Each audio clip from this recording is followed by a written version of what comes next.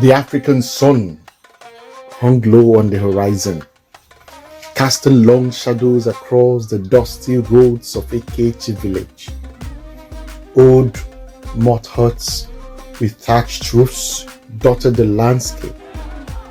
Children's laughter echoed in the distance as women in colorful wrappers balanced clay pots on their heads.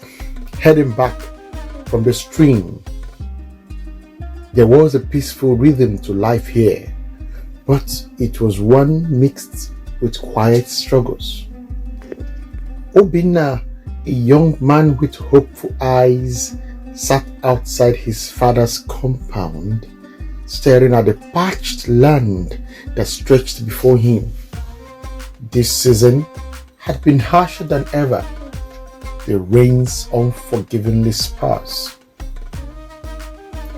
Obinna had one dream: to cultivate the barren land and turn it into fertile ground.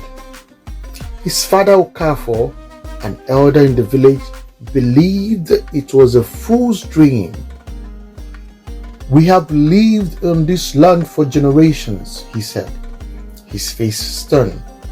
"This soil does not yield easily. It takes pain and patience." But Obinna was relentless. He visited the village herbalist Mama Ada, known for her wisdom and strange remedies. She gave him a small pouch of seeds.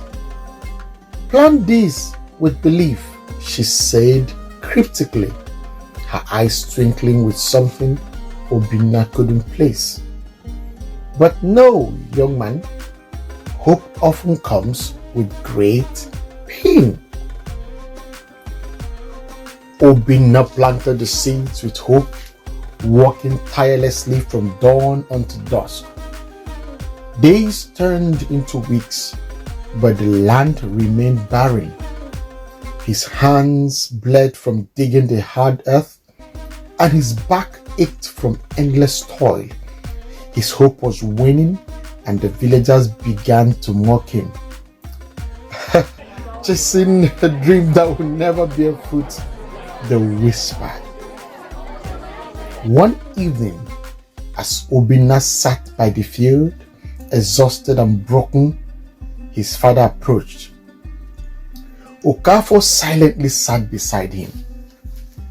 After a long pause, he said, "Sometimes pain is the only proof that we are alive. Keep planting, son."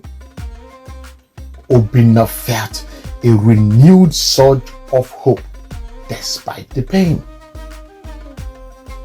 That night, as Obinna lay under the stars, the village was hit by an unexpected storm. Rain poured down in torrents, the first proper rainfall in months. Obinna rushed outside, standing in the rain, arms outstretched, feeling the drops against the skin. But in the morning, his joy turned to despair. The seeds he had so painstakingly planted had been washed away. The field was flooded and the soil had turned to thick mud. It felt as if all his hope had been washed away with the rain. Heartbroken, Obinna knelt in the mud, tears mixing with the rainwater. He cried for his lost dreams, for the pain he had endured, and for the hope that now felt so distant. Weeks later, when the floodwaters receded, something unexpected happened. Little green shoots began to sprout from the mud. The seeds, though scattered, had not been lost. They had taken root. Obinna's heart soared. The villagers who had once mocked him now stood in awe. His father, standing beside him, smiled for the first time in weeks. "Painful hope," Okafor said quietly, "is the strongest kind. it survives the storm. Obinna's field, once barren, was now filled with life. What he thought was lost had only been delayed.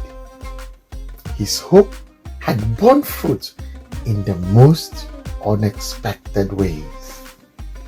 In the end, Obinna learned that hope, though painful and often delayed, never truly dies. It just waits for the right moment to bloom.